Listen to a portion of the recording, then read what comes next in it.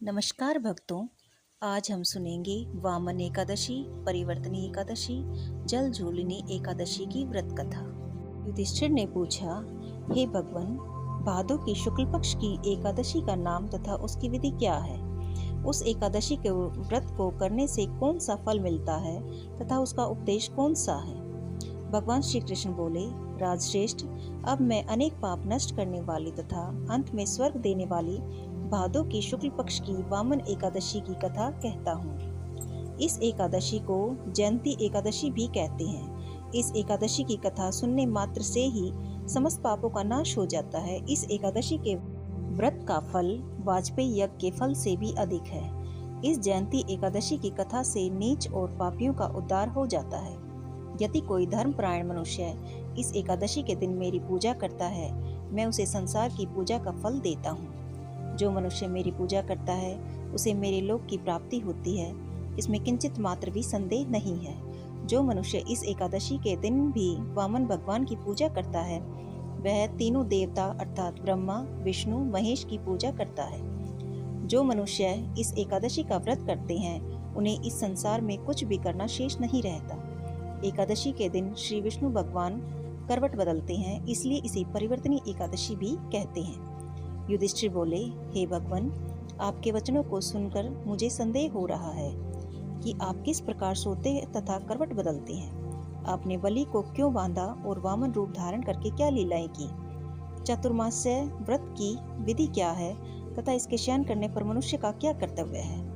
वह सब विस्तार पूर्वक कहिए। श्री कृष्ण भगवान बोले, राजन, अब आप पापों को नष्ट करने वाली कथा का श्रवण करो। त्रेता युग में एक बलि नाम का दानव था। वह अत्यंत भक्त, दानी, सत्यवादी तथा ब्राह्मणों की सेवा किया करता था। वह अपनी भक्ति के प्रभाव से स्वर्ग में इंद्र के स्थान पर राज्य करने लगा।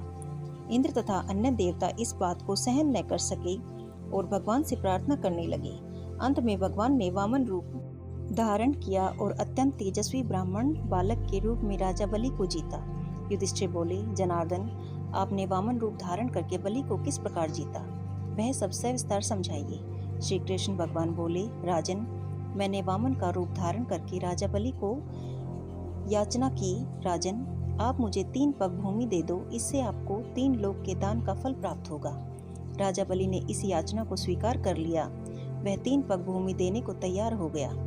तब मैंने अपने आकार को बढ़ाया और भूलोक में पैर, भूलोक में जंगा, स्वर्गलोक में कमर, महालोक में पेट, जनलोक में हृदय, तपलोक में कंठ और सत्यलोक में मुख रखकर अपने सिर को ऊंचा उठा लिया।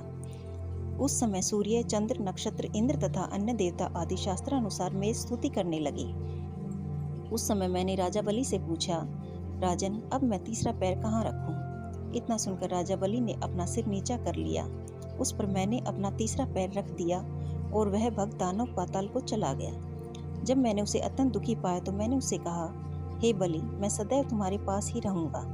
भादो के शुक्ल पक्ष की एकादशी को परिवर्तनी नामक एकादशी के दिन मेरी एक प्रतिमा राजा बलि के पास रहती है और एक क्षीर सागर में शेषनाग पर शयन करती रहती है। इस एकादशी को विष्णु भगवान सोते हुए करवट बदलते हैं। इस दिन त्रिलोकी के नाथ श्री विष्णु भगवान की पूजा की जाती है। इसमें चावल और दही सहित रूपा का दान दिया जाता है।